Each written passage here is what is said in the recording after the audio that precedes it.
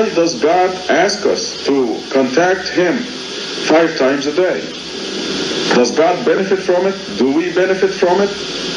And the answer immediately is God does not need our contact prayers. We need the contact prayers. And we fully understand the reason for decreeing the contact prayers if we know who we are. You see, most people do not even know who they are. You ask a person, who are you? And they look in the mirror. They say, this is me. And you know something? They are wrong. This is not me. This is my body.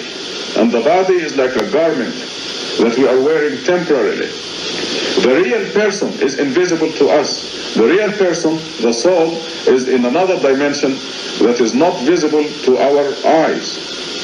So what does the real person look like?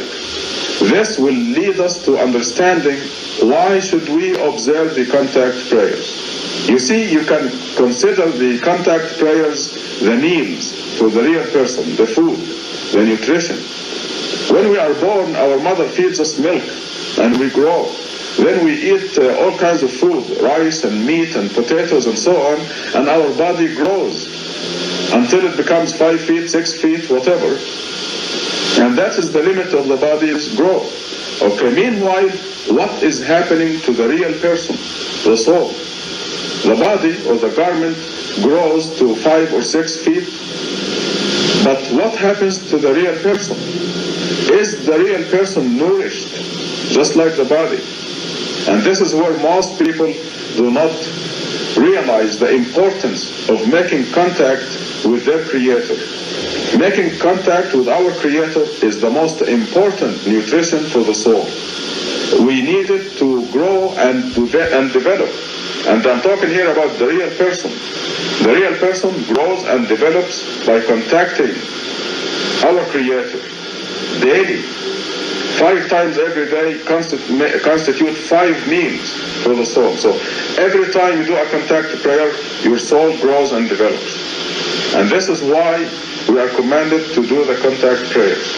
You can imagine the person who does not feed his or her soul. At the end of living in this world, they are still babies because they never feed their souls.